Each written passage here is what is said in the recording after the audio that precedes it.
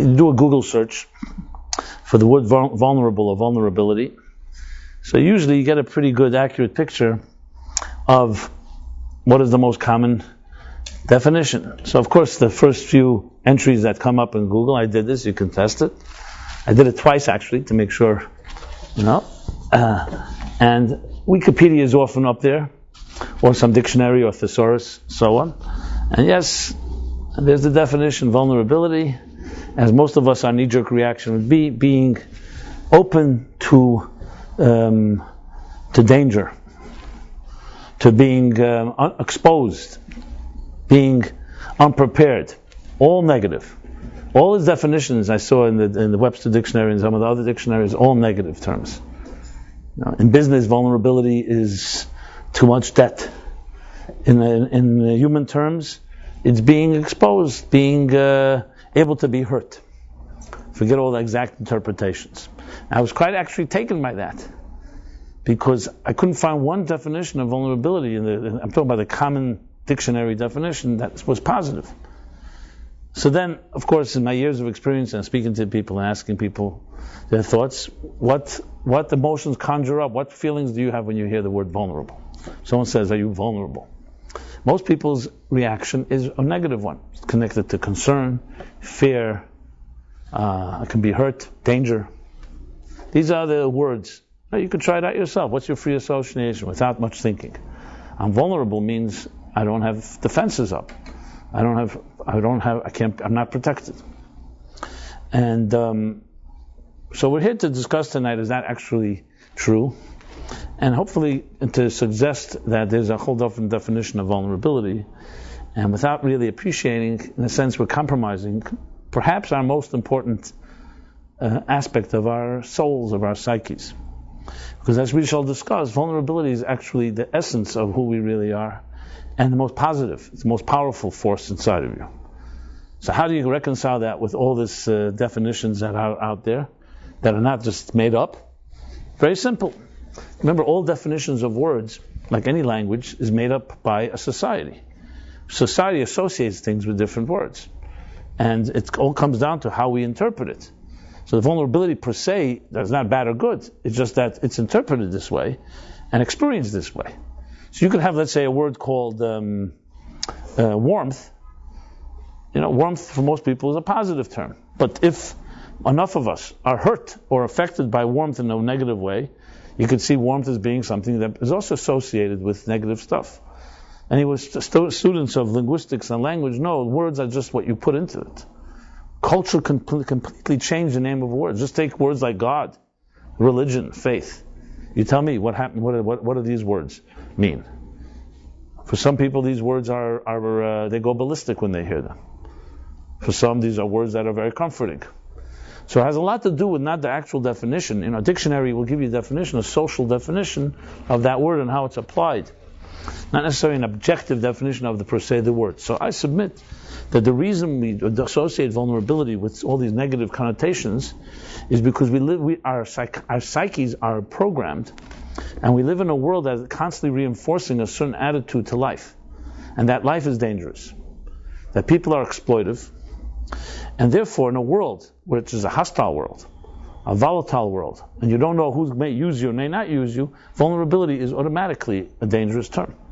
Because it means you're thrown into a jungle, in a world that's unpredictable, hostile, as I said. Dog eats dog, people are driven by self-interest. So being vulnerable is a very dangerous thing. You don't want to be vulnerable when there are predators around.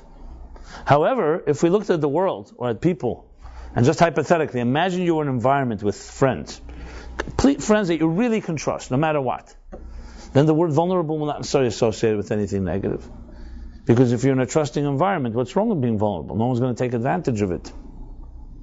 So many of our attitudes to concepts and ideas, I submit here, are shaped and formed by social mores and social changes. Take the word love. Love is a good word. Now love, very few people will say love is a bad thing. Some people will. Those that have been hurt by it may say love is you can't live with it, you can't live without it, that type of attitude. But most people would associate love with some positive elements. The love of a parent to a child. People will do things for each other in the name of love. Love is a need, but love has also become very much defined by a society. What is love? For example, if someone asks, is love giving or taking?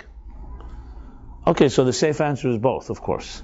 But bottom line is, how most people experience love? As taking or as giving? Most people see it as a need. It's a need. I have a need. And especially if you've been deprived of love, when you should have received it unconditionally as a child, it definitely becomes a need, because then you become desperate for it. And tell me how many relations are affected just by that statement. One person's desperate need for love, trying to compensate for a love that they didn't get when they were younger. I'm not trying to oversimplify or overgeneralize, but you ask therapists how much what I just said affects most people.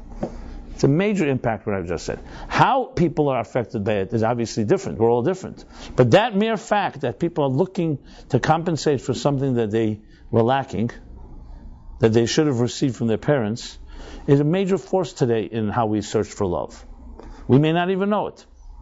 And how, therefore, who we search for, what kind of partner, and what our expectations in love are all shaped by our subjective view of what we think love is or what we think it's not. So there you go, there's a word that can be used in so many different directions. Now, if someone were to tell you love and vulnerability are synonymous, many people don't like to hear that. I want love, but I don't want to be vulnerable. Because if I'm vulnerable, I can be hurt. So, is it possible to have a love where you don't have vulnerability, and therefore a love where you can never be hurt? Think about it. There are enough, let's call it, escape artists and all kinds of magicians today that are trying to master that art. I hope you never dated one of those. Maybe you're one of them. People who are mastering the art of having love in their lives without too much vulnerability. Try it out. I would say that it's often a major factor because people don't want to be hurt, but they want to love. So how does that work out? How much does that impact in people's relationships? How much does it impact your relationships? Think about it. A little context, It's something also people don't like to talk about. How many people are going to say, something? A big part of my game plan is I want your love, but I want to make sure that I'm getting more than you're getting, so I don't get hurt. Very few people are going to make that statement because it doesn't sound romantic, But many of us act that way when we test people. We test again and again and again to see if someone's really loyal, someone will hurt us. These things create distortions in a relationship where one person starts realizing, why are you testing me? Why do you think that this is not going to work? Now it's obvious, because if you've been hurt and you have a wound, or if it's a deep wound, you're not just easily going to open up. So I don't have to elaborate on this. I can elaborate at length about this. This topic people don't like to talk about openly so much because it's that, no pun intended, because it makes you feel vulnerable. This topic is a very vulnerable topic. How vulnerable I truly am. And we live in a world of negotiations where we know in business you don't show your cards, you don't show your hand, a lot of bluffing necessary, and especially if you're insecure or have low self-esteem, one of the things you're going to do is make sure to put on an image that you're secure. Nobody likes to be perceived that way. So there you go. You got yourself a vicious cycle. How do you get out of this? How can you truly be honest when you don't really trust somebody to be honest with them because maybe they'll reject you, maybe they'll judge you? Which is another fear in our society of why we don't want to be vulnerable. But I submit again, as I said before, that it is the greatest gift to be able to have someone that you can be vulnerable with. It's the greatest gift to have someone that you can trust on that level, and there will be no judgment, and not taken advantage of, and no rejection, just because you may have your own inner fears. But to understand this, we need to really look at the world in a new way. Because as I said before, let's go back to that premise. Let's just take an example. If you think the world is a jungle, I say the world, your world, the people around you, then obviously is a certain attitude. What do you do when you go into dangerous territory? You come well armed. You come very well prepared. You're careful wherever you go. You look over your shoulder. Right? If you come into an environment where you know that you can trust, it's a warmer environment, it's an environment that you've learned that this is a peaceful place, or it's a place where you can feel comfortable, your guard is down, your attitude is different. So I would say that most people, and I say most because I've met every person on earth, but based on what I've seen, what I've read, live that type of life. Children, by the way, well, it's not a by the way, it happens to be fundamental to our discussion, but by the way, in this context right now, children are completely vulnerable by no choice of their own, actually. A newborn child does not have anything to protect themselves. They're completely under the control of the nurturing, or the should be nurturing parent. That's what a child is. A child is, in a sense, an embodiment, an incarnate of vulnerability. Now the child grows, but where does the child learn its attitudes? As it develops attitudes, it picks up attitudes from those around it, from the adults. So if it grows up around, this child grows, this little boy or girl grows up around, bless you, around insecure adults who hide their vulnerability, what is the child going to do with its vulnerability? It's going to start being ashamed of it. It's going to start seeing it as a liability, as a handicap, as an impediment. And we'll stop celebrating it. So if we want to put it into a cliche, which I don't like cliches, no one likes cliches, but listen, we live in a world of bumper stickers and cliches. Love, as we shall discuss, is the celebration of vulnerability. The day you can celebrate your vulnerability is the day where you learn to love in a healthy way. And it's counterintuitive to everything that we think about when we hear that word vulnerable. And in order to appreciate it, we have to look at ourselves and life in a new way. As I said, if you look at yourself, or you look around you as basically that we are inherently selfish individuals, inherently always, in other words, at risk because someone may exploit or take advantage, then it's very clear what the conclusion is. You need your armor. You better have a very good arsenal to protect yourself, especially from those that are special predators that are very manipulative and very good at what they do. However, if there's another perspective on life, which is obviously what I'm going to submit here, then the attitude may be different. And I'm not suggesting a naive approach that there aren't predators. That's not what I'm getting at. The discussion here is not whether there are people who take advantage and exploit. That's indisputable. The question is whether it shapes your whole attitude to life, and that's it. That becomes your definition of life. And it controls how you live. Which really then means you're a victim of this attitude. You're a victim of those type of people. So we all know there are people like that. We all know this world is possible to have people like that. We all know when you meet someone, you can't know who this person is. So I'm not suggesting any of that. I'm not changing that picture. The question is, what experiences do we have? If you've only experienced, for example, selfishness around you, if you've only seen people who are self-absorbed and they're busy exploiting others, obviously that becomes your standard. And any exception is going to be an anomaly, aberration, we should say. Whereas if you've grown up around people that were really noble, special, sensitive, kind, gentle, then the aberration may be the selfish. Well, Judaism and Torah, that's what it comes to do. It comes to give us paint a backdrop of a higher and better reality than the one we're usually exposed to. Frankly, this is really what any real education should be doing. And any parent, and any role model, and any mentor, what they really want to give us, is another perspective. You think life is ugly? You think things are disappointing? You think things have to end up in disaster? I will show you another picture, paint another picture of possibilities. And therefore you can readjust your expectations. And therefore look and seek and yearn for a better world. But if you don't know what a picture like that looks like, obviously, if your image of life is dark, then that's going to be all your tools and all your attitudes, and every move you make is going to be shaped in darkness. You do certain things. It's dark. You're going to have flashlights and lights and all kinds of things to protect you and to be able to see through the dark. But if someone shows you a light, shows you a picture that's very bright of yourself or of others, then your attitude is different. So in a very general sense, this is really what we do. What we do in a class like this, look at the Torah, look into Judaism, and try to see a better world. Again, qualify, not be naive and say, the rest of the world, what I saw until now is not correct. No, it's broadening your horizon.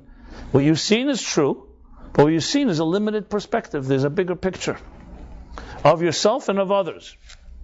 So we come these 2 months of Av and Elul that we're right now in the transition of. So it's a little introduction. So the 12 months in the Hebrew year, I've discussed in the previous classes, especially during this series about shadows, the last 4 or 5 weeks. that Av is the saddest month of the Jewish calendar, highlighted by the 9th of Av, which is the saddest day of the month of Av, and that is Tisha B'Av, when the temples were destroyed and other tragic events took place. But Av leads us into Elul, which begins exactly next week. What day does it begin? Where are we now? It's around 3 days. Tuesday, a week from yesterday, today. El is a very interesting month because it's like an antithesis to Av.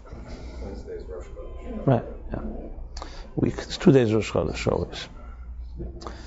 It's actually the beginning of 60 days, which has special meaning here because the book I did on 60 days.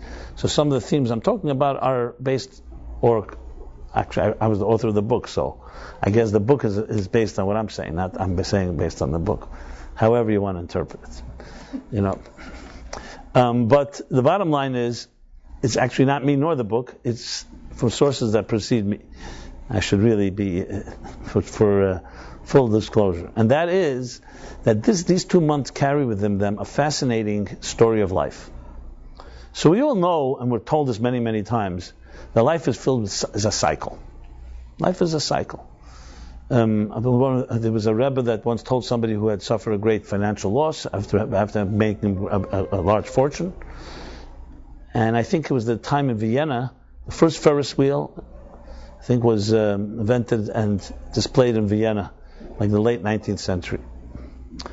So it was like a big news. So he said to him, "There's a lesson from we learn lessons from everything. We learn a lesson from a Ferris wheel. I think you could look it up. This large Ferris wheel that was built. It was like a phenomenon. I think they had some World's Fair or some type of thing, but they built this a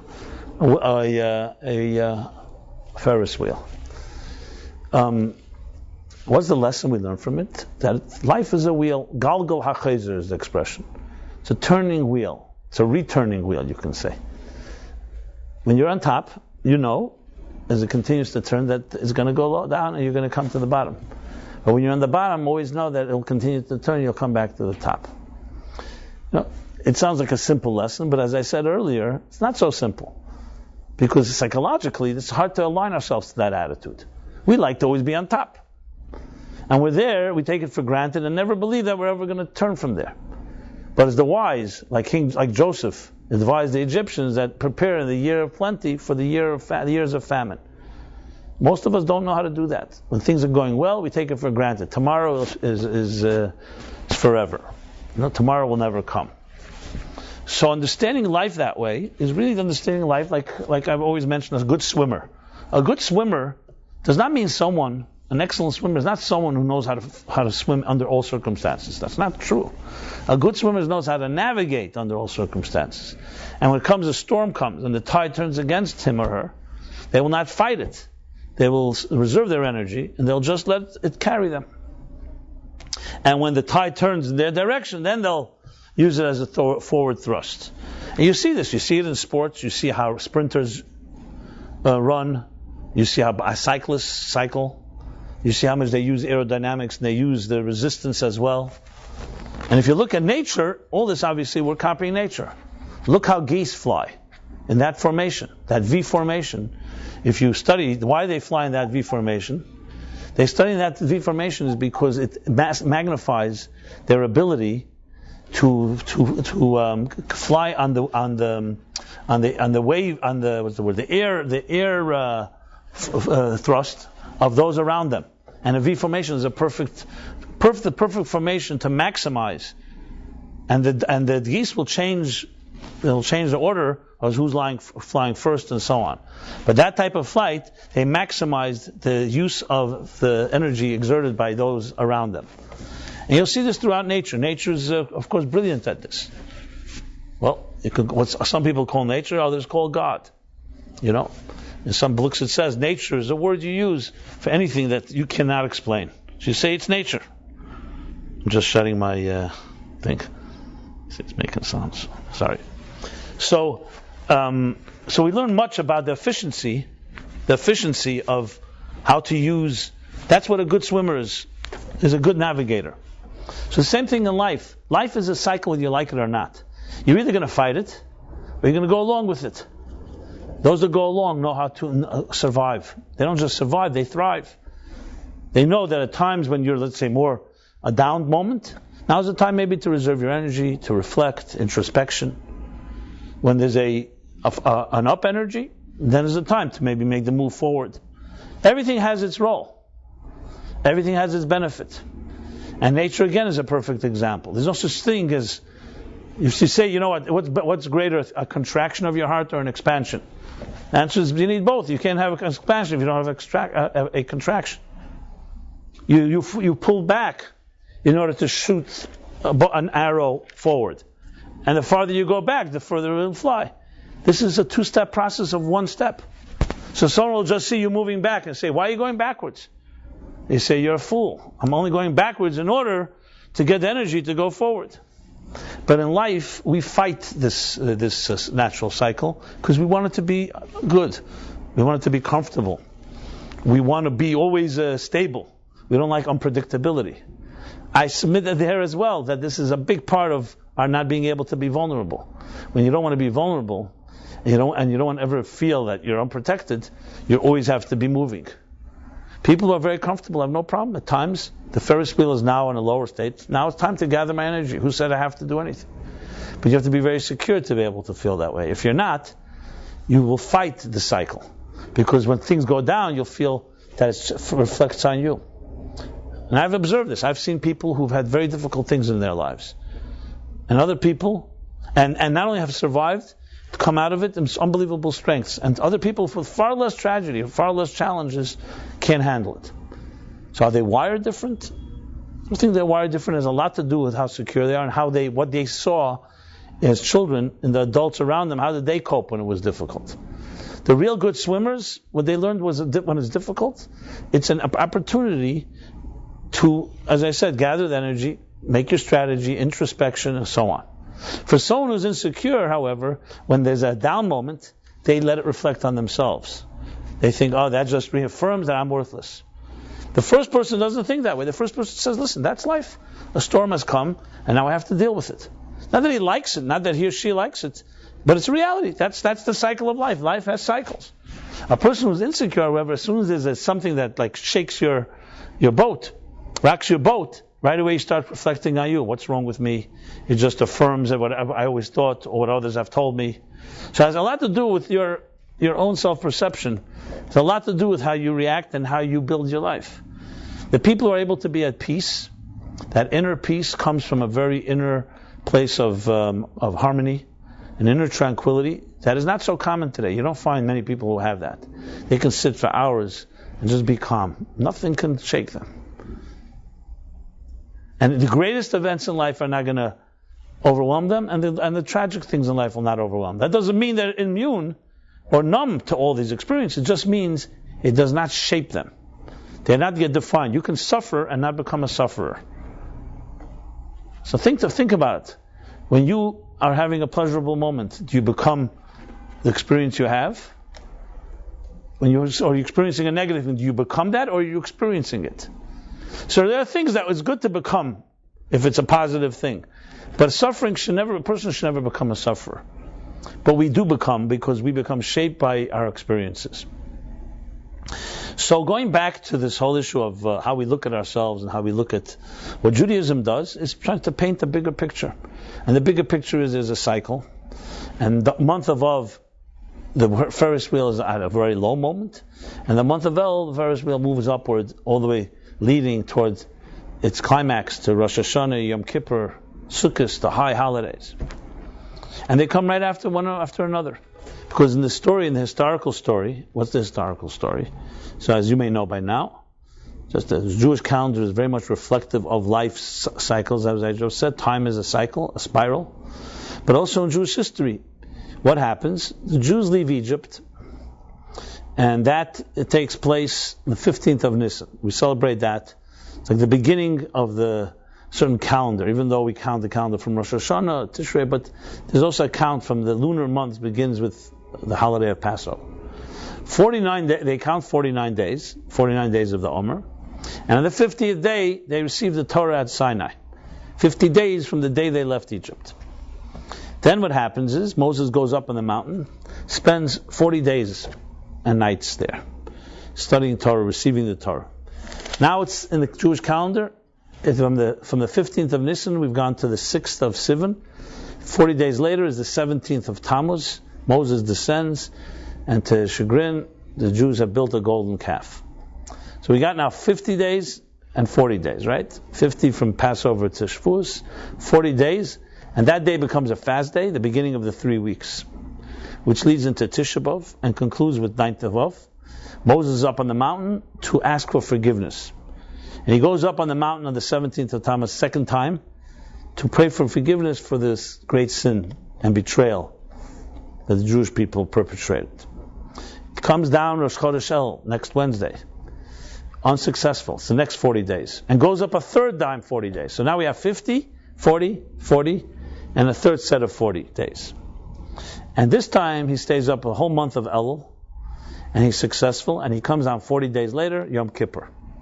Yom Kippur is 170 days from Passover. Passover 50 days to Shavuos, then 3 sets of 40 days, 120 plus 50 is 170. That covers almost half a year. And this cycle that I just described is a cycle that all of us experience in life.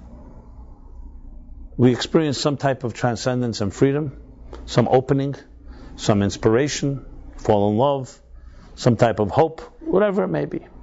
Then we always experience at some point some loss, betrayal, something breaks, something abandons us, a broken promise, a shattered dream, one form of betrayal or another.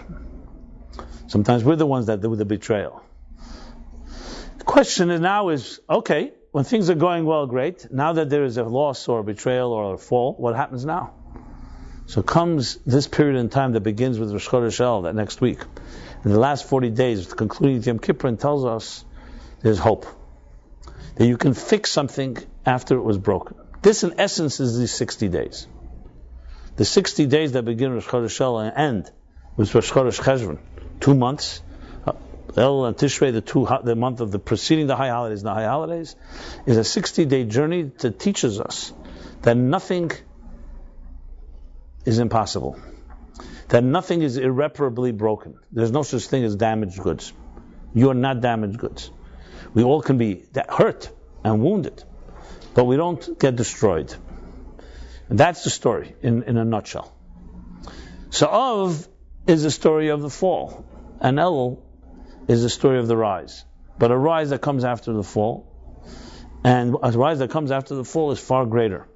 Which explains why Elul, the month itself, the word Elul, is an acronym, 4 letters. Ani l'dodi v'dodi li. I am to my beloved, and my beloved is to me. It's the sign of Virgo, the sign of love. Elul. And so Elul is love, where Av is destruction, Elul is love. The question is, what is love? Going back to our question earlier. The question is back to vulnerability. Well, interesting thing, when you read about the success of the 12-step program, devised mid-20th century, early 20th century. So interesting how it came to be and its success, very grassroots type of movement. And of course, the first of the 12 commandments in the 12-step program is that, I'm just using it as an example, is that I've discovered my life is out of control and I surrendered to a higher power. So the exact words, but that's the content. Fascinating way, it parallels the first of the 10 commandments. The first 10-step program, the original 10-step program. What's the first of the 10 commandments? Let's read it. Anoichi Hashem Elokecha, Asher Etzisicha Me'eretz Mitzrayim. I am the Lord your God that freed you, took you out of Mitzrayim. Mitzrayim in Hebrew is not just Egypt. Mitzrayim means I took you out of constraints. It's essentially the same statement except without the word God. They call it higher power. I can't do it myself, so I surrender to a higher power that helps me do it. It's the first of the 10 commandments. Not that just I'm your God. I'm the God that took you out of your own constraints. Why? Because a human being cannot free that person in fetters. The Talmud says, "Ein chavish mater esatzmei." A person in fetters, tied up, or in a pit, cannot free themselves. Psychologically speaking, you cannot free yourself from the psychological trap that you created, because you're part of the problem. Okay, Einstein and others have said you cannot change a system from within itself, or rephrased, you cannot solve a problem from the system that created the problem. So if the problem is created within your psyche, how is it going to be solved by you? You won't be able to see it. So that's why you need a force, surrender to a force that's greater than you. Anochi Hashem Elokecha, something more powerful than you are. That helps you reach that place. Now, the interesting phenomenon is this. Why is it that people have to hit rock bottom, or have to suffer, or some trauma, some crack, before they're able to see some light? Why is it when we're riding high and things are going well, it's so difficult to pierce?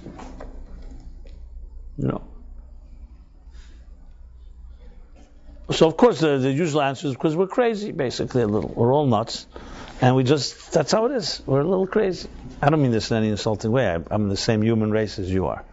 We have this nutty thing. I know a guy, pretty well, and fortunately he had a terminal condition, and it was diagnosed that he would be gone within a very short period of time. I went to see him in the hospital, and in such a vulnerable state, I use that word intentionally, he was his whole life, he says, so many mistakes I made, I would do things so different, my focus, my priorities. So I said to him, if God blesses you and heals you, will you remember what you just said?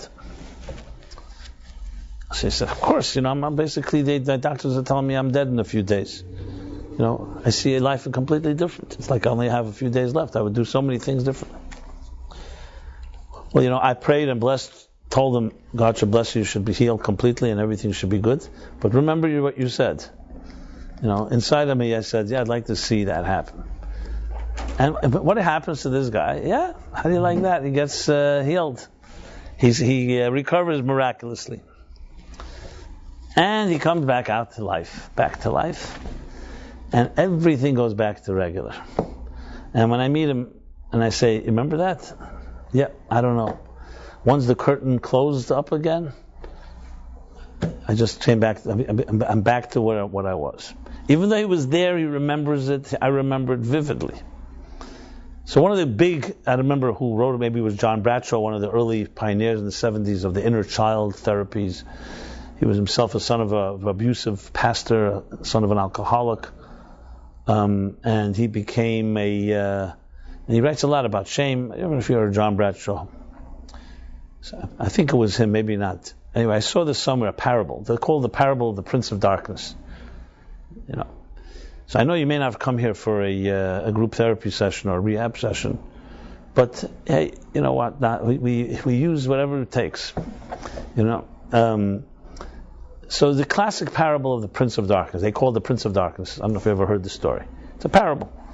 So a guy lives his life, one of these guys, these swingers, does everything, he does whatever he wants, hurts people, betrays people, uses everybody, he's an exploitive guy, handsome and all the qualities. Basically lives a life of sin, selfishness, narcissism, indulgence. I hope you don't know anybody like this. But unfortunately there are a number of people like this, and they're riding high. When things are going well, everything is great.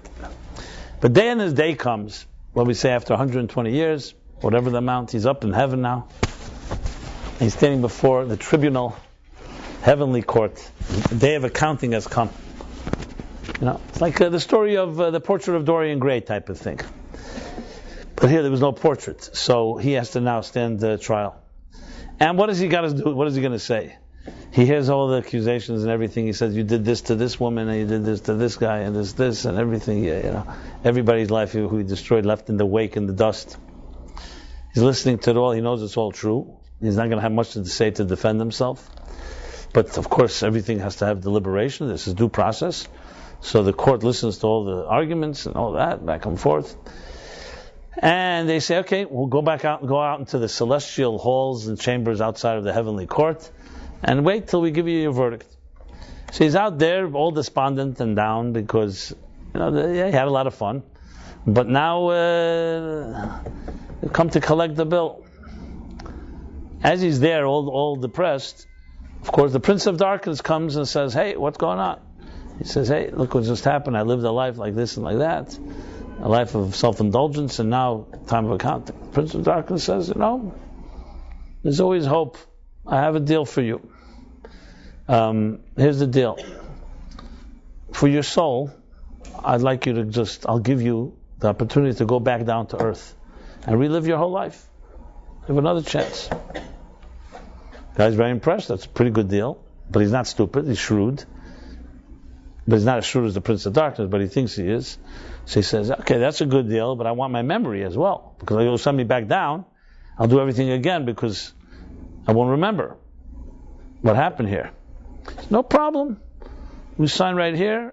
You get your memory. You remember everything. You remember everything you did. You remember the consequences. You'll remember that you're going to be accountable.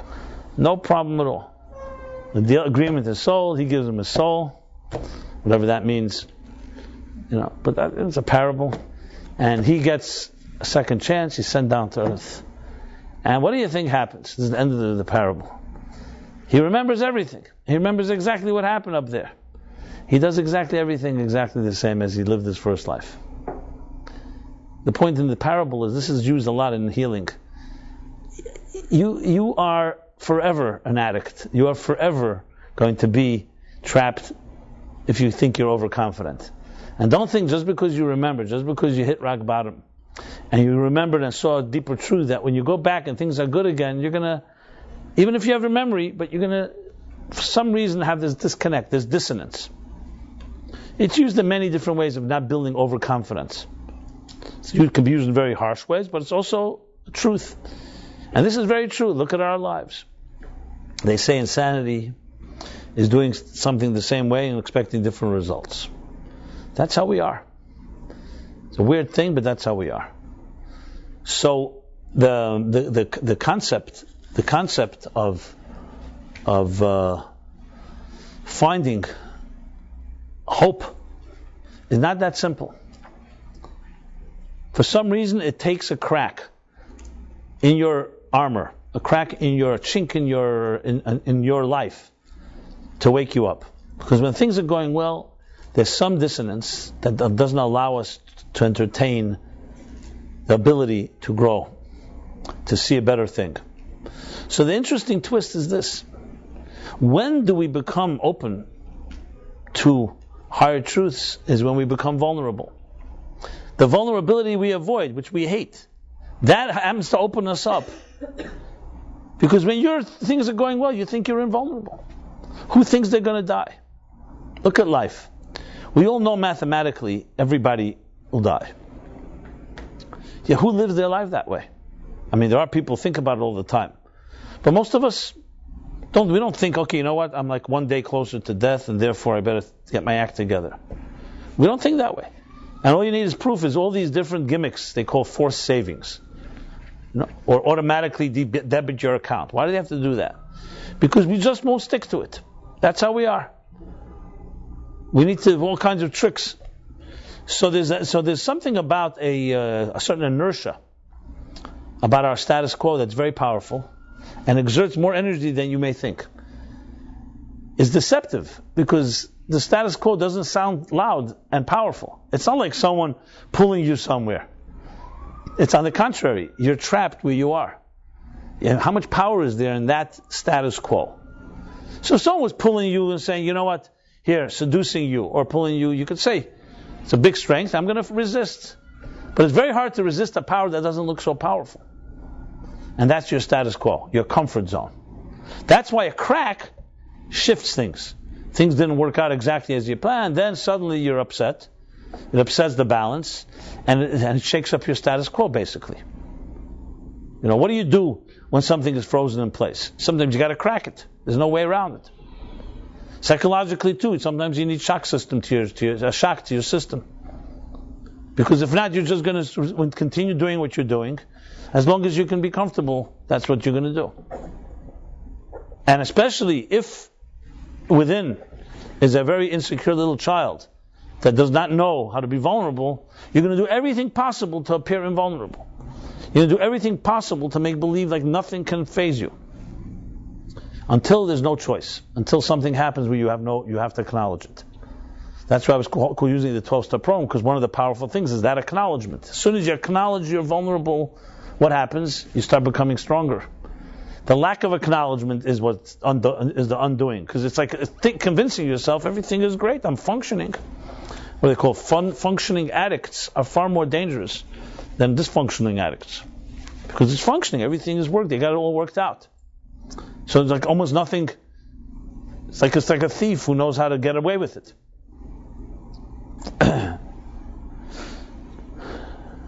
Now, people who are very secure and people who are of a higher consciousness, you'll find that they're vulnerable even without being hurt. It's the rare exception, but there are people like that. I mentioned last week that the statement from the Arizal, the Holy Arizal, Isaac Lurie, he says that a soul is not complete. The 10 days of tshuva is not complete a soul that doesn't cry. And not because crying over a particular loss. We cry. Yeah, you stub your toe, you can cry. You lose something.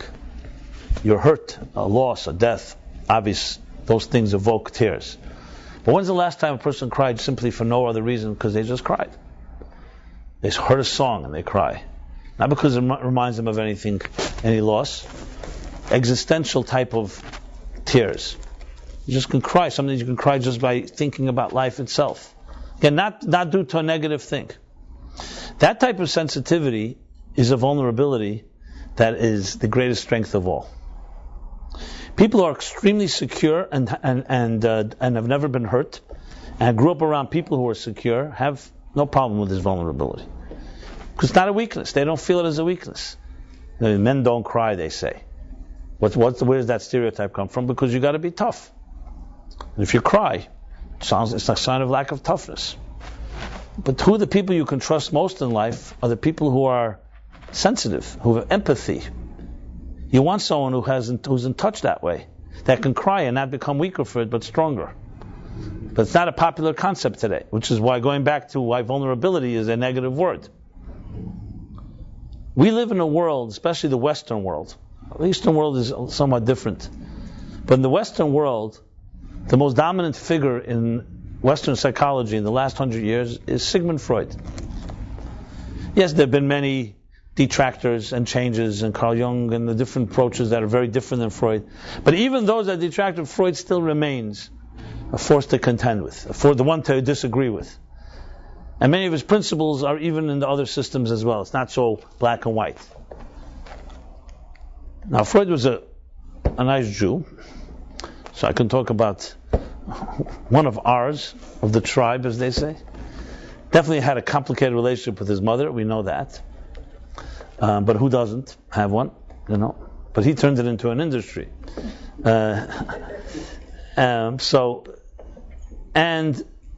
So Freud's concepts, which were revolutionary to modern psychology, frankly, from a Jewish perspective, are not revolutionary at all. They were just never, they will call it institutionalized. They were never turned into a formula. But it was the basic knowledge of every Jewish home in the shtetls. And it's not a surprise. Freud as a Jew came and understood that. And there are people who associate very clearly his understanding of the psyche and so on.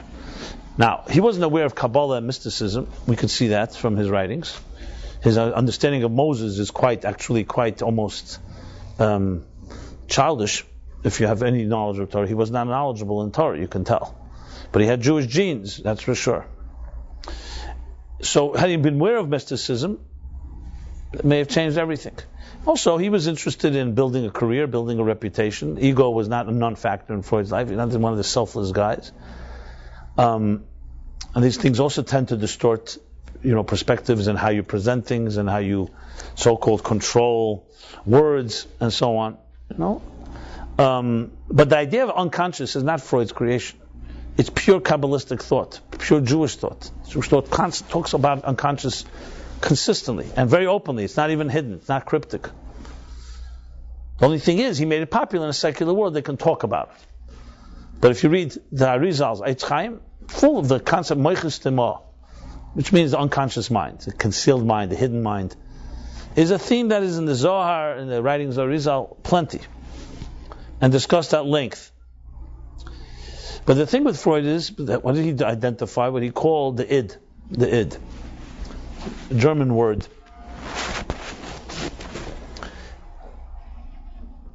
And the way he described the id was basically sometimes he described it almost like a sexually craved, selfish narcissist that has no control. It's the selfish me, everything is me. And then he comes with that concept of an ego and a superego, which are essentially the checks and balances to coexist with others. You can't just be driven by the id, you have to have these so-called filters. And that's how we live our lives. But at the heart of everything is either the sexual selfish drive or just selfish drive. There's different variations how people interpret it. Now you'll say, does everybody believe that today in the Western world? I can't say everybody agrees with it completely, but it's definitely one of the dominant viewpoints. And when you throw into what we'll call the Darwinian Freudian model, even though you don't have to associate the two, and some call what they call social Darwinism, is essentially the idea of survival of the fittest. Richard Dawkins made it popular in his book called The Selfish Gene. The gene is essentially an inherently selfish entity. The rule of nature is, I must survive at all costs. And I will do whatever it takes to survive. If I have to consume you, so be it. Survival of the fittest. It's the cardinal rule of existence that I must perpetuate myself. Hence the selfish gene. It goes to the extent, if you go to extreme evolutionary theorists, they will explain everything. Even altruism and nobility and sensitivity and everything that we attribute to being something like selfless, it's all selfish. Selflessness is also part of selfishness because the nature rewards the selfless because they get respected. Once you do that, obviously, it develops into quite a cynical system to basically dismiss anything we do, any altruistic act, any kind act, as basically being another selfish gene. This one's doing it by killing someone. This one's doing it by giving charity. I mean, it really comes down to that. I mean, when you read it, it's very brutal in a way. No one wants to put it that way, but ultimately, that's what it comes down to. In the harshest version of it. Obviously, there are more milder versions. You read Carl Jung, so of course he brings in a whole spiritual dimension. Viktor Frankl in logotherapy, man in search of meaning. So you have meaning is the essence, not the id. They have different drives. But as much as I've read, I always see that it always comes up somewhere or another. Freudian theory continues to be cast its shadow. And as I said, it's the one to contend with. Not everyone agrees. I maintain that clearly. But I always think about it because we have a Torah long before Freud was there. What does the Torah have to say about this? So 100 years before Freud was a man called the Alter Rebbe. He wrote the great book called the Tanya, which is a deeply psychological book, and also writes about the unconscious. And a key comparative difference between the two is this, 100-year difference. But the Alter Rebbe precedes Freud. If Freud calls it the id, being the core drive and outside of us, the Alter Rebbe would call it the yid. That it's not the id that's the driving force, it's the yid, which means the pintle of the yud, which is a spark, a yud, is a dot, that if you dig deeper, you find at the core something divine within each of us. And it's actually the Bible. Are we essentially evil, essentially good? The Bible says we were created in the image of God. Only in chapter 2 do we start reading that there's Yetzer Leva Adam Ram and Urav, that we also have an inclination that is selfish. But the inherent human being is the Yid, not the Id. And I say this about all human beings, Jew or non-Jew. At the core is goodness because at the core is God. You know the joke they tell, that in France they were digging and they discovered like 150 feet under the ground, they found copper wires. They date back like 100 and 200 years ago, a few hundred years ago. So they came to the conclusion that in France they already discovered copper wires 200 years ago. Okay, well, they were digging in another country. Where is it? Let's call it England, and they find 1,000 years ago, they find down around 1,000 feet below. 1,000 years ago, they found a different type of wire. They say, oh, we preceded you. Well, in Israel, not to be outdone, some researcher began to dig, and he dug 10,000 feet below and found nothing. She says, well, we had wireless, back then. So, it's pulling rank. You can put it this way. The idea of the unconscious is complicated because no one's seen the unconscious. So you can theorize. I will say, I have no doubt, Freud could only go as far as that he was able to understand himself. He dug into himself and found, what did he find when he hit the bottom? He found a wire called the id. The Alter Rebbe must have dug deeper, and he found something called the id. So it really comes down to what you see. You can look at the world and see a jungle, as I said, a dark place, and then vulnerability is dangerous. Because you're living in a hostile world. You need to protect yourself. If the id indeed is the driving force of human beings, then being vulnerable is not a very healthy thing to be in this world where anybody can use you and exploit you. And they will do so. The selfish gene will do so. So you better be on your guard. And vulnerability is not a virtue. But if at the heart of it all is a world of divine, and if you dig deeper, you find forces that are spiritual, power, positive, good energy, that's a whole different story. That is actually there. Vulnerability is a virtue, not a liability. It's a virtue. Because how do you experience beauty? How do you experience love? Can you listen to a song? Can you look at a flower without being vulnerable? Do I have to even explain that? So many of us will say, that's no problem. I do it in my privacy. Nobody has to know that I'm vulnerable. But you're vulnerable. Just nobody knows. Because you won't get hurt.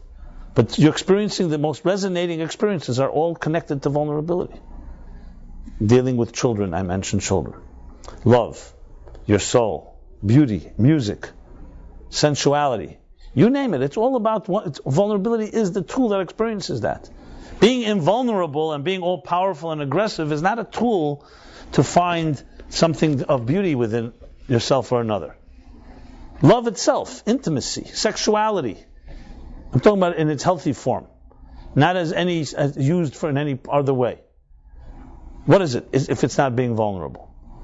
But it's very difficult to be vulnerable because we have been hurt, and we could be hurt, and we've seen hurt. That means we're letting the hostile world or the hurting world affect the experience that is most vital in experiencing the real you. What does that say? So it's a good question to ask yourself. How much of who you are today is being undermined? The real you is being undermined due to your experiences that have hurt you. So you're creating all kinds of armor and protections and fears, maybe even legitimate ones.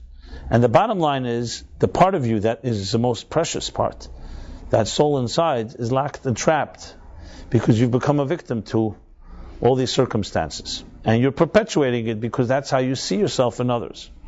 So the answer to this is, instead of looking at the month of Av as just an outside month of destruction, look at it as the birth of greatness. Comes Elul. And what does it teach us? That within it all is some deeper love. You need to see a different picture. If all you've grown up around is hate, obviously your life will be shaped by that, and that's how you'll react. The antidote to that is to find love, is to find something to look at that's equally powerful and compelling, and say, I don't have to shape my life around the hatred I've seen, I shape it around the love I've seen. I told a story last week about this, the Holocaust story. The guy was praying, and the Nazi asked him, what are you praying? He says, I thank God for not creating me like you. You see people who suffered greatly, and they come out more refined than ever, and do not become bitter and angry, and become like they don't become like those that perpetrated the evil against them. How's that possible? Because they have clearly another perspective.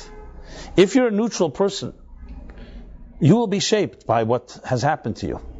if you've experienced hate and you've been at the brunt of hate, you have been the recipient of hatred and all that comes with it, what else would you have except to become a hateful person?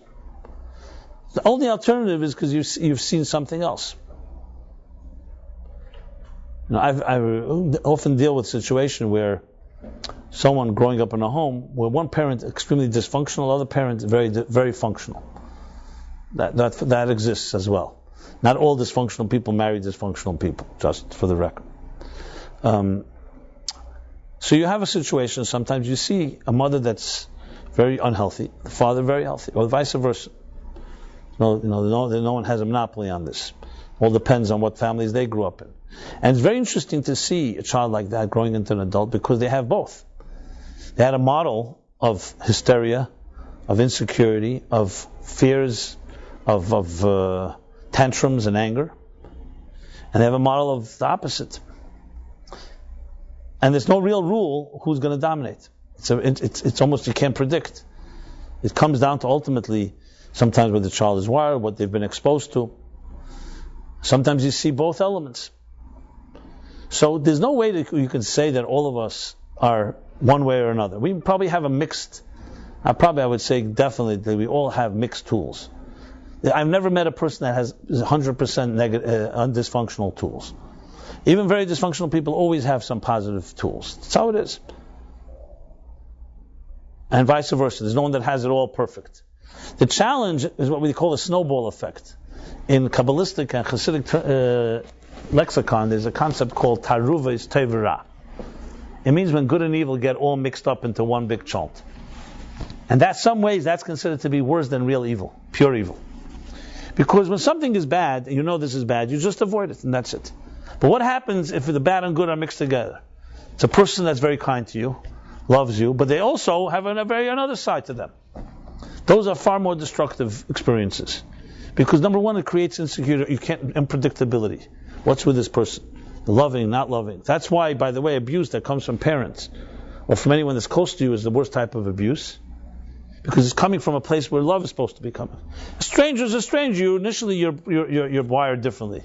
But when something loves you, and they actually show love, and then a day later or a minute later show something that's the opposite of love, it plays with your wires. You start saying, is it loving, is it hating? You start coming to think that love and hate come together. As bizarre as it sounds, people who grow up in that type of environment, it's strange. Love and hate, love and pain come together. They expect someone that loves you is going to hurt you. Someone that loves me is going to hurt me. And if it doesn't happen, they almost help make it happen. I know it may sound bizarre. If it sounds bizarre to you, it probably means you're probably healthy in this area at least. But it's not so bizarre for those that have experienced it, because that's what happens. So the snowball effect, which is like everything is mixed together, taruvis, is complicated. Because what you really want to do is what it says in the book of Daniel, you want clarity. I want to know what is, like we say in this week's chapter. Today, behold, today I show you the path of blessing and the path of curse. Knowing what's right, knowing what's wrong for you is just as big blessing as knowing what's right for you. You're traveling in the woods, you're lost, and you come to across a fork in the road.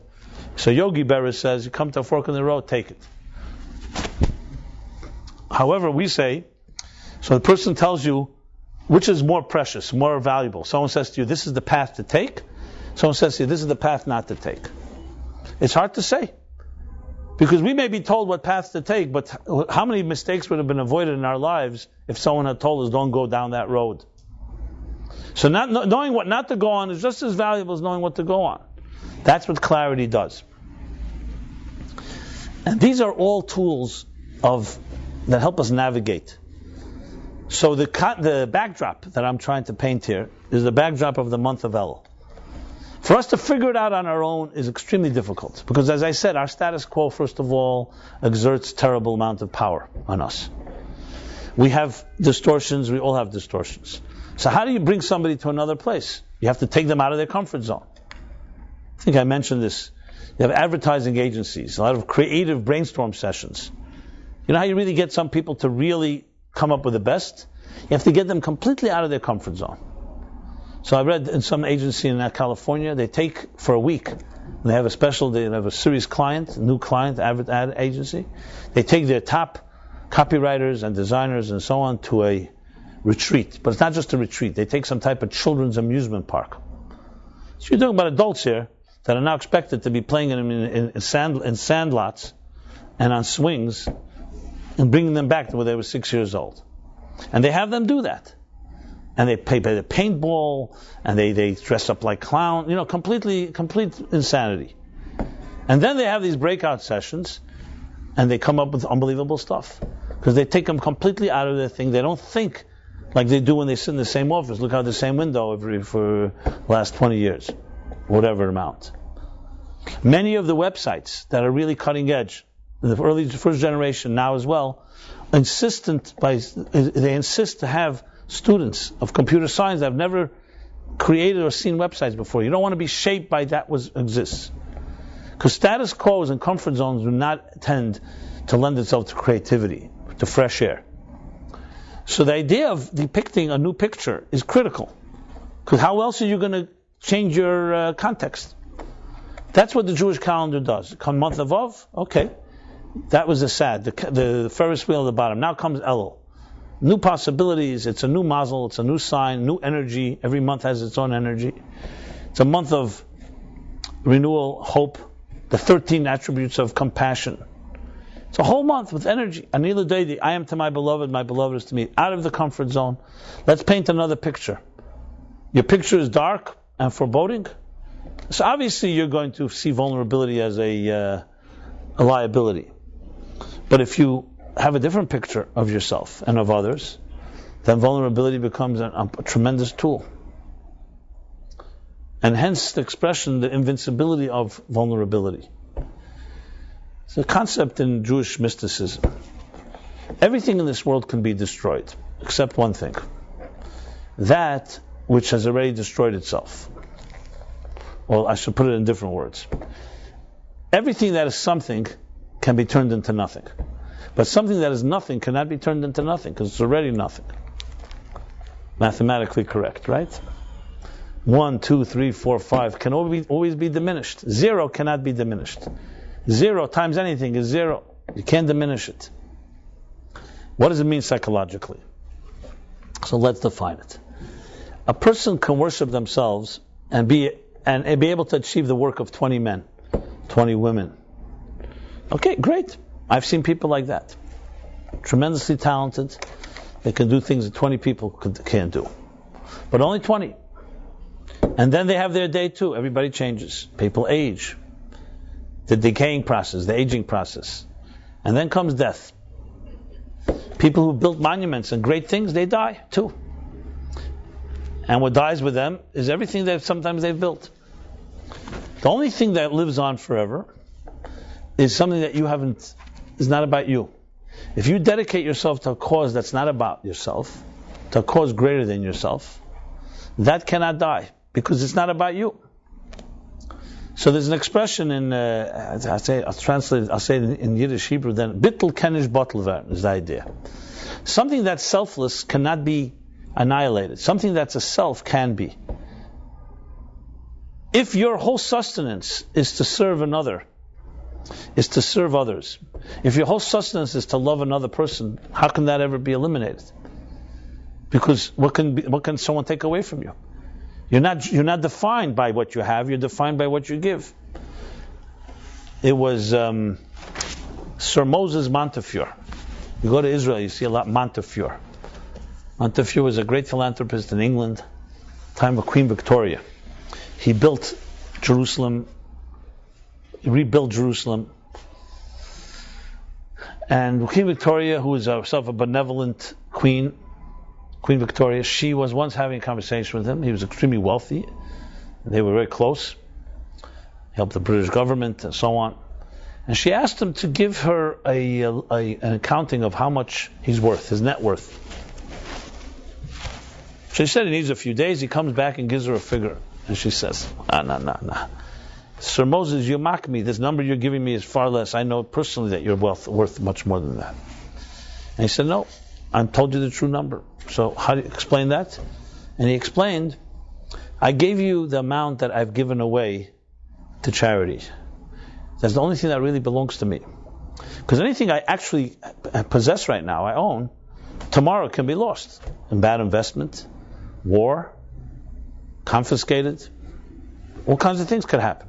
So yes, I have it now, but it's not, I can't say that I own that. I possess it for now. But that which I've given away is forever built whatever I wanted to build. A hospital, a city, an institution, people. Nobody can ever take that. That's forever. That was his answer. You can imagine that's why he was who he was. Simple truth, but one we really found almost impossible to relate to. Because we don't think in terms that if you give something away, you get more. You think of you have less. But it's worth it. Someone will say, you know what, look, you have $1 million, you give a little away to charity. I'll have less, but the gratification that I helped somebody makes it worth it. I get in return something bigger. My spiritual return, whatever you want to call it. Food. I'll share with someone food because it's the right thing to do, but I'm not going to get fuller from that. I'm not going to have more food. Why? Because the rule of materialism is such. It's governed by time and space and measured in quantity. You give, you have less. That's the rule, mathematical certainty in this world. 100 minus 1 is 99, not 101. In the spiritual reality, the mathematics are exact opposite. When you give, you have more. Because it's not defined by quantity. It's not defined by space. It's not defined by time. So it's a whole different way of measuring. So in the material world, it's obvious that things erode and things that die, and that's why people, some even say psychologically, unconsciously, we hoard, and nothing is ever enough, because deep in our unconscious we know that it all dies. So you do anything possible to accumulate as much as you can, even though everyone knows you can't take it with you. As they say, when you come up above and the guy gives a check, they say, no, here we only take receipts. You know? They're all the fundraising lines that are used in appeals, Yom Kippur appeals and so. But we're not accustomed to a world like that, because we all live in a world of the selfish gene, the id, a world where vulnerability is a liability. You know, I'm going to give, if I give anything away, I'm going to be more exposed, more vulnerable. I have less to protect myself. That's the language of a material world. Anything material speaks that way. A spiritual entity doesn't think that way, because I'm not defined by what I have. It's not my possessions that define my security. I'm secure because of who I am. And therefore giving away makes me greater, not less. It's a very different mentality. I'm not expecting all of us suddenly change our mentality, but at least, as I said, paint a picture. Understand there's another reality. Just know at least that there's another perspective. That already, at least 1% challenges the perspective of the selfish gene perspective. And in that situation, that type of case, vulnerability is the greatest blessing. You know, as I get older myself, it's clear to me, like the day, that children are far closer to the truth than we'll ever be. And every day we get older, we're farther from that. Our purest, the purest version of yourself is version 1.0, the day you were born. I know in technology it works the other way around. 1.0 is like the lowest version, and it's suddenly going up. But I think with human beings it's the other way around. The purest you is when you were untouched snow, like freshly fallen snow in the morning. I know it's hard to imagine New York in the middle of the summer, but the freshly fallen snow that has that pristine element before anybody ever walked on it. That's a child. Utter vulnerability, but utter purity. The greatest people I've met in my life, and there haven't been many, but the few I have met, are at 90, they were just as vulnerable and as pure as like children, with the wisdom and experience of life. So it's a child doesn't have the other side.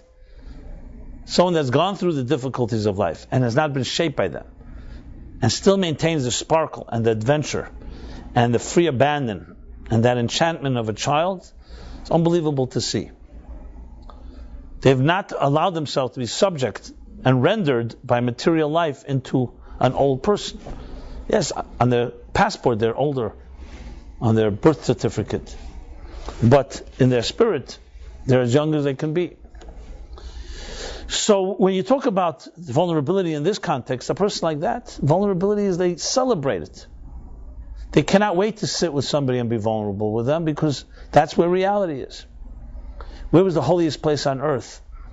Yom Kippur, the Holy of Holies.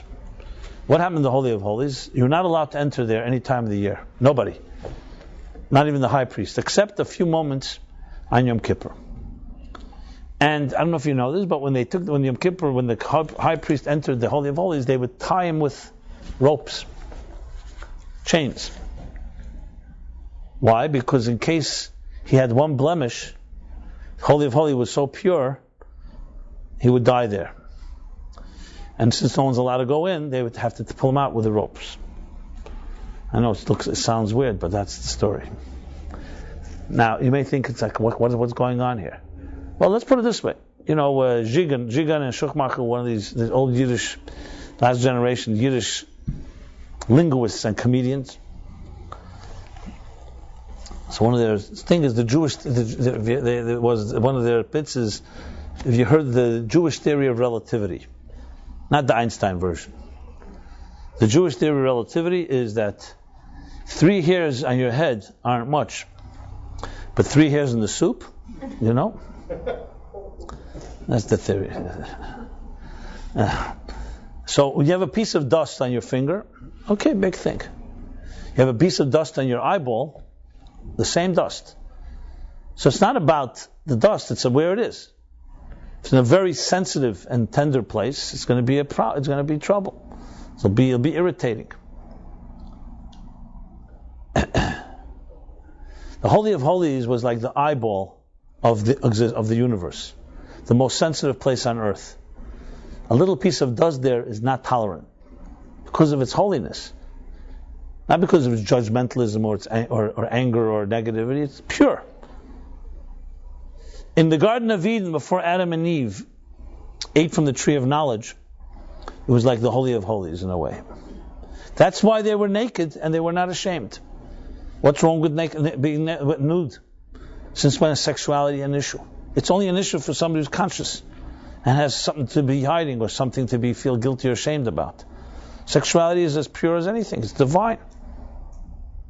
As soon as they felt themselves and their consciousness came into be, now it's about you. Once it's about you, now starts the problems. Now they cover themselves with garments. The birth of the garment industry was right there when they ate from the tree of knowledge. Yeah. A lot of industries were born then. The search for paradise, a few other things. Fountain of youth. Probably the cosmetic industry too, started to have to hide behind masks. So, because in the pure world, a child that's born is a child conscious of its sexuality. No, why should it be? It's only adults that project that consciousness for obvious reasons. Something to feel guilty about. You're feeling selfish, you're feeling needy, you're feeling whatever it is.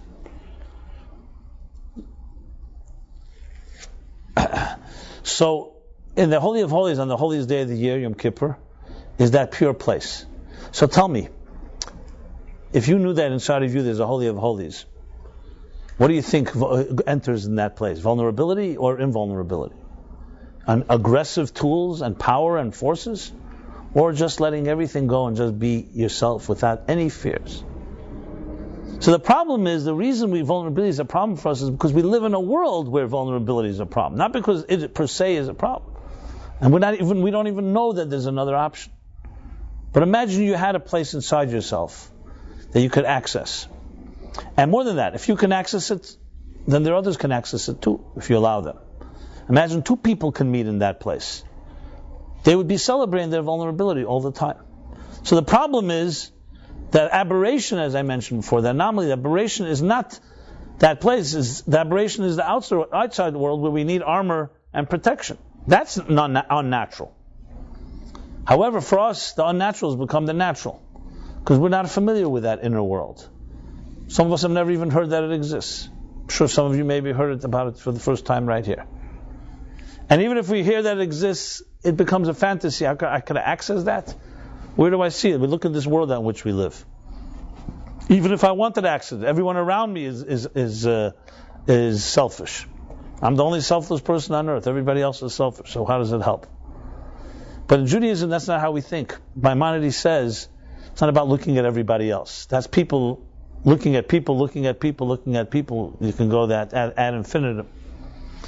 Maimonides says something very interesting. A person should always look at the world like an equal scale. Equal scale. Equal good and equal negative. And you come with one act, you tip the scale. Now, if we were to look at ourselves as one person amongst 7 billion people, what can I accomplish? One drop, it's meaningless. Even if I do something positive, look what everybody else is doing. That's not the way we look. We don't think like that. You're not asked to make calculations of how much good or what you can contribute or not. You have to look at yourself and the choices you make.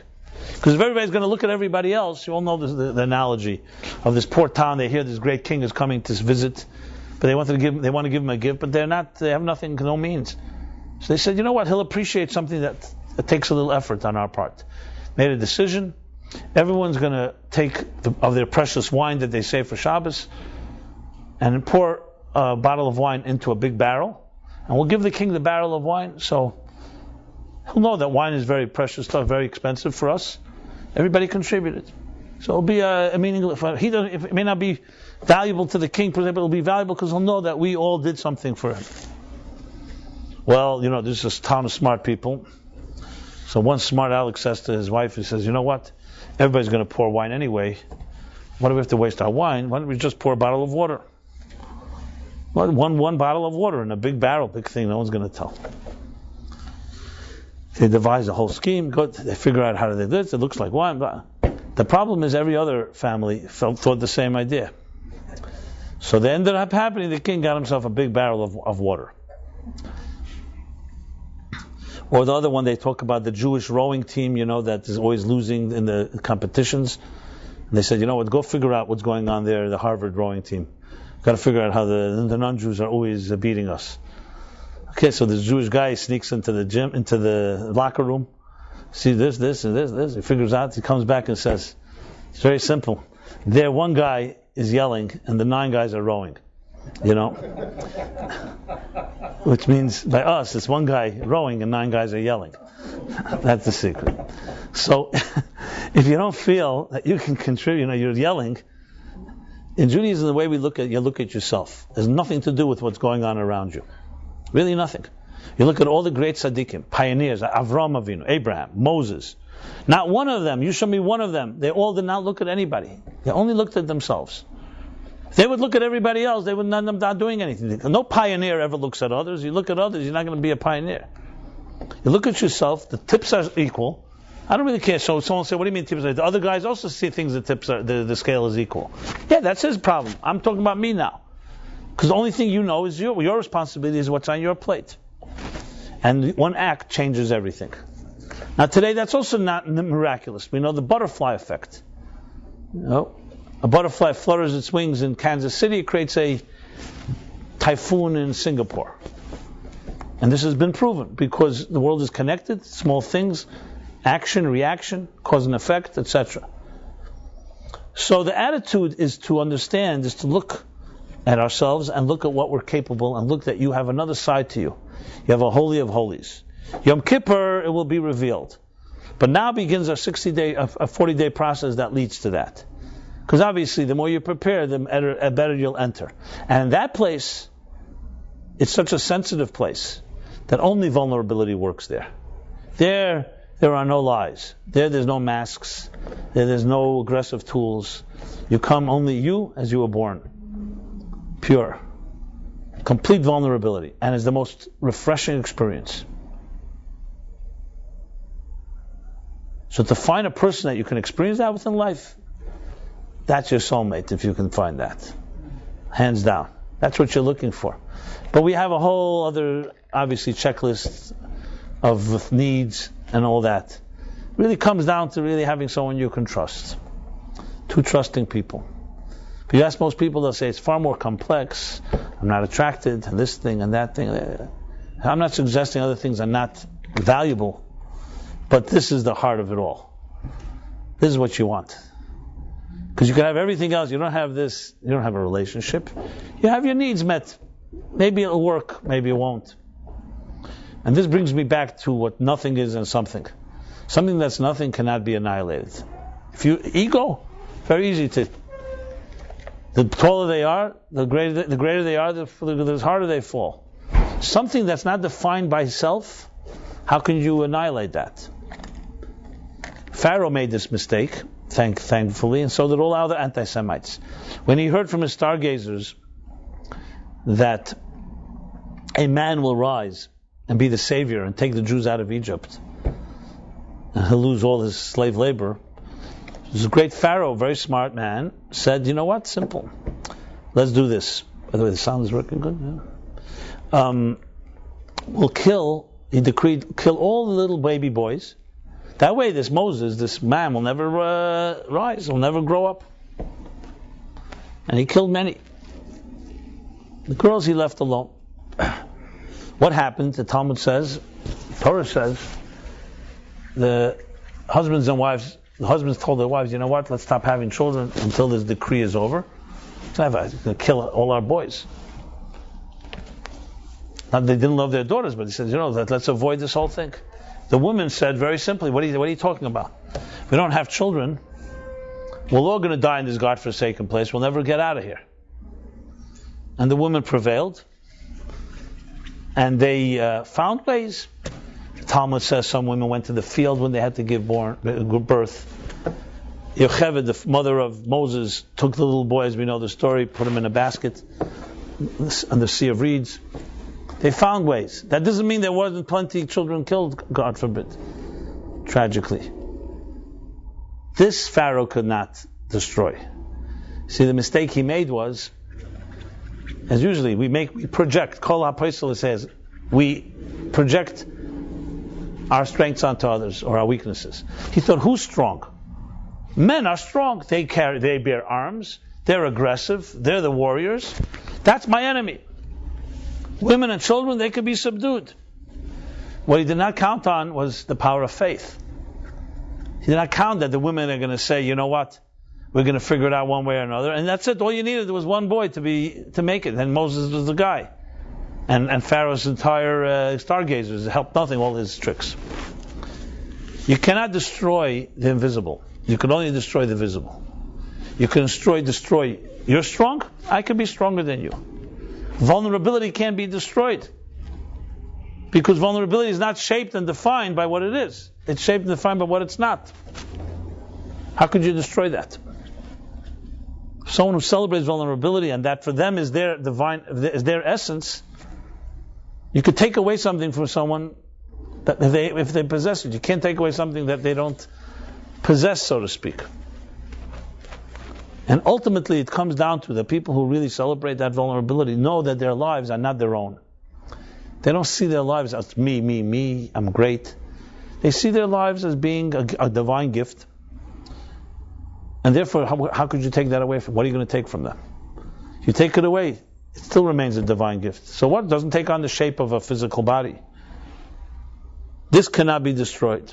This is the reason, and the reason that most people cannot understand, it has never been replicated, why the Jewish people are still here. Now tell me, do you think the Romans didn't want us to live on forever? Or the Egyptians, or the Spanish Empire, or the Babylonians, or the Assyrians? Of course, which they all wanted to immortalize themselves. The pharaohs of old built those pyramids and they tried to find ways of immortalizing themselves. Everybody wants to be immortalized. The bigger the ego, the more immortal it wants to be. So how come they couldn't study the Jewish people and figure out what the trick is? Hey, you have a people that have survived it all, thousands of years. You know why? Because even if they know the formula, they're not willing to pay the price. The price is not to want to immortalize yourself. The price is to do exactly what you don't want. And that's how you become immortal. If you think it's going to be me and my name and my power, that's going to prevail. Power changes hands. The one that's in power today, tomorrow the wheel turns, as I said. The Jewish people were always compared to the moon. You know why the moon is more powerful than the sun? because it doesn't think it's something. Somebody thinks it's something, that's the problem. The moon knows it has no light of its own. All it is the light of the sun. How could you destroy that? You can't take away something that has nothing. There's a Bob Dylan that sings, and you have nothing to lose. So that may be in the negative, but the positive is also true. If all you are is a reflection or a channel of something greater than yourself, how could that be taken away from you? You've already given away yourself to that being that channel. This is the secret, my friends. But this secret nobody wants to replicate because it goes against everything that our ego dictates.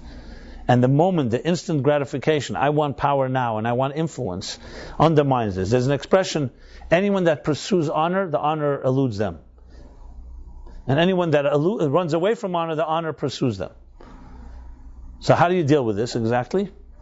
So there are people who think they can figure it out. You know what I'll do? I'll run away from the honor, but I'll look over my shoulder to make sure it's running after me. That doesn't work. That's the point. Moses, on the mountain in the 40 days in Elul, turns to God and says, and we read this in the chapter in Exodus, show me your face. Or he says, show me your glory is the expression. Hareini nas chveidecha. And God says, the famous immortal words, God says, Lo yireini adam v'chai, no person can see me and live. And then he goes on and says, I will show you my back, but my face you will not see. The question is asked, Panim Yafis and some others, what's going on here? First of all, well, Moses is not smart enough to know you can't see God's face and live. If you, like he says, Ili Yadait, they say, if you knew me, you'd be me. To see God is to be God.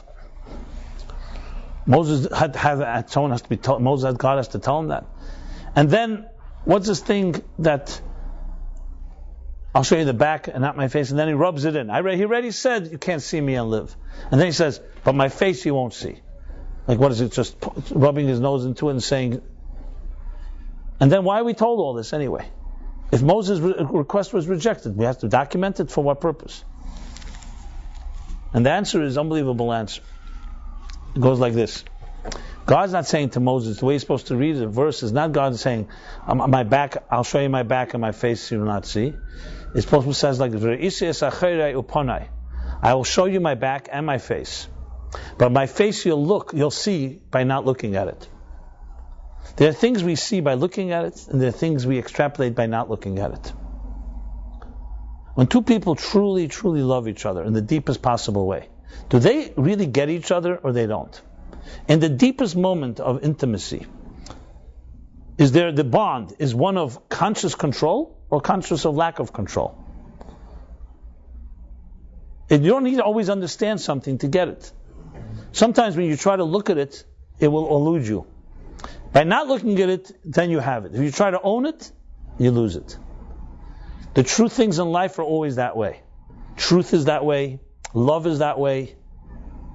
God is that way. Soul is that way. Anything real that's eternal, that's the rule. It emerges, you can never own it. As soon as you own it, you don't have it. That's what God was saying to Moses. And Moses wanted to experience it. And God said, you want to experience it? Fine. But you can't experience it by looking. You have to experience things by giving up. And then you'll have it. So there are experiences. The best example I can give is, I don't know if any of you ever, let's put it this way, if you're in writing or any other creative, actually everyone has examples of this. They call it being in the zone. You could be trying to write, let's say, a beautiful piece. Or if you're an artist, some other form of art, music, or anything. And as long as you're sensing that you're busy doing it, you're not there yet. There comes a point where you lose sense of yourself, and you simply become a channel and it just flows through you. And as soon as you think you feel yourself, you lose it. It's almost, and when you have that, it's the greatest gift. And you cannot in any way bottle that. Because if you try to bottle it, you lose it. It's a state of almost not being conscious of yourself while you're doing it. And you only know after the fact you realize you were there. It's like saying that love is not a verb but a noun. When you're in the experience, you become one with the experience that you can't even say, I had the experience. You really feel that as if you're a channel for something beyond you. I hope that resonates. And if you've had a taste of that, you know what I'm talking about. That's an example. You can see it, but not by looking at it. And that is a state of vulnerability. That's the invincibility of vulnerability. Because that can never be destroyed. But as I said, the world in which we live and the tools which we use are all about acquisition. We acquire this, I own this, and what do you own? And equity, and you own this. Everybody's got their list of things that you own. And then some people check it every 5 minutes to make sure they still have it, or at least to give them a say. If everything else is gone, at least I have this in my bank account. And literally, you can't imagine, people will never admit how vulnerable they feel, but they're constantly checking all these, make sure that their possessions are there. And then we have insurance to make sure that it protects. Then we have insurance for the insurance. And as many levels as you may need for your security. And then there are people who have none of that, but they feel more secure than anybody you'll ever meet.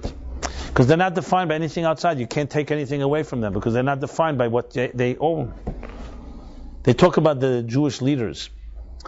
A Jewish leader is defined, leadership. What's leadership? Most of us see leaders. Leaders are defined by what they have. They're leaders with a lot of wealth, a lot of ambition, a lot of connections, a lot of horse dealing, a lot of corruption, a lot of something or another. In Judaism, the leaders, the kings were, how they were defined? By what they did not have. No ego, bittul. Moses was the humblest man that walked on earth. Now that doesn't mean he didn't know his qualities. It meant that he knew his qualities, but he said, they're not my own. They were given to me by God. Had someone else been given these qualities, they would have done better than I. And this was not just not just lip service. He sincerely felt that. A person like that can never be destroyed. Because he's not built by himself. Nothing can destroy him. He becomes a channel for something beyond himself. So I hope some of these words that I said here will help us appreciate or try to enter a new type of world where vulnerability is actually the greatest asset, as opposed to a world that's hostile, where vulnerability is the greatest liability. Very different worlds. Vulnerability is basically you in your purest form, without fears, and without all the accrements that cause us to live in fear and live in insecurity and need to protect ourselves. Practically speaking, can you enter such a world? Yes, you can.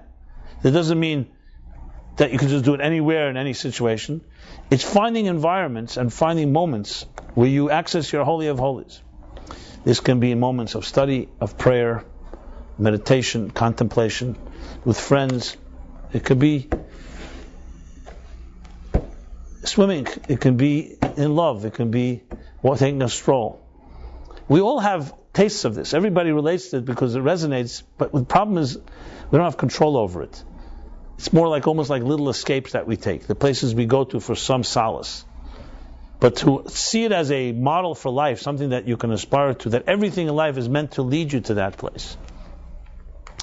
For most of us, as I said, it's a compartmentalized experience. I know I'm going on vacation, I think I'll have a little peace there.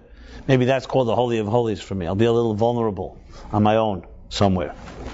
But to turn that into a standard, that is your life, and the rest is only meant to be a stage for you to experience your own inner vulnerability, that's a different type of story. So like they say, we're not physical beings on a spiritual journey, we're spiritual beings on a physical journey.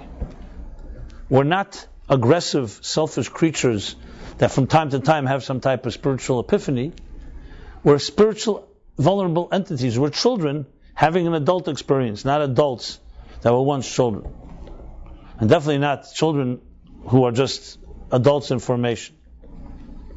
Adults in the making. So my friends, look, you all have that inner child, you all have that inner spirit, and the ability to really celebrate it. Learning to celebrate vulnerability is the greatest gift in life. Then you're real. That's where reality begins to enter. Up till that point, you can go through many emotions, you can do a lot of good things, but it's all little pieces of not the real thing. The real pure thing is that ability to not have the fears and know that you have that place inside of you that nothing can hurt, and therefore there's nothing to protect from. The challenge is to find the right friends and the right environments, as I said, the right people, to be able to somewhat have taste of it. And one of the most say healing, and I would say refreshing things in life is to do something without an agenda for your own gain. Jews come together, we come to study Torah. Here it's a class like this, people online. You're not going away here with any awards or degrees or some type of recognition. Everybody's got their reasons why they're sitting here. Or any type of Torah class. One of the beautiful things about it is, you go to a seminar, real estate tips, or how to do this or how to do that. The most purifying experiences, the ones that do not feed into your selfishness. So one thing that's a suggestion to start, let's call exercising, somewhat massaging that vulnerable gene inside each of us, that vulnerable nerve inside each of us, is to do things for the sake of another, not for your sake, or for the sake of just the experience itself, not for direct gain. That's very refreshing experiences, because most of us, what we do something for personal gain. I mentioned last week that fellow who lived in the gilded cage, and for him he found it by volunteering to help needy children, special children, and changed his whole life. The special children, because suddenly he was doing something that was not fitted into his comfort zone. For a party, to show off, something like that. He was dealing with real children. It was real. A Down syndrome child, a child with some other handicap or illness. Yeah, the reality is there. There's no games. You're dealing with someone that's their life. It brings out a truth. No one should ever know of that. I'm not suggesting, but for him it was the biggest blessing. I hope for the children it was also a blessing to meet him, but for him for sure. It's the biggest blessing because he had to face reality. Unfortunately, sometimes, as I said earlier, pain and cracks in life show us reality more. But you don't have to wait for that. It's there all the time. You just have to find people that are honoring and celebrating that.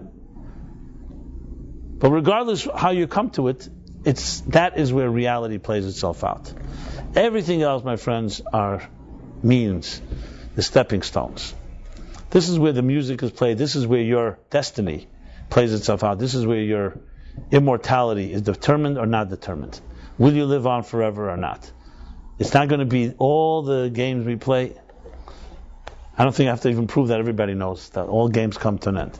The thing that remains are the things the face that we see when we're not looking. And that is things that are far different. One of the greatest levels of charity is to give matan b'seisa, to give charity no one knows about, anonymous.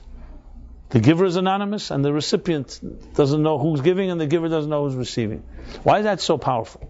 So the obvious reason is because it's like without ulterior motive. It's not because you're making yourself feel good. The guy sees that you helped him. It doesn't have all that. It gets rid of all the side agendas. Okay, that's an obvious reason, but there's something deeper. Matan b'seisa touches a place that's not in your control. That's what it's about. It's doing something good that's not in your control. Because it's looking at the face without looking.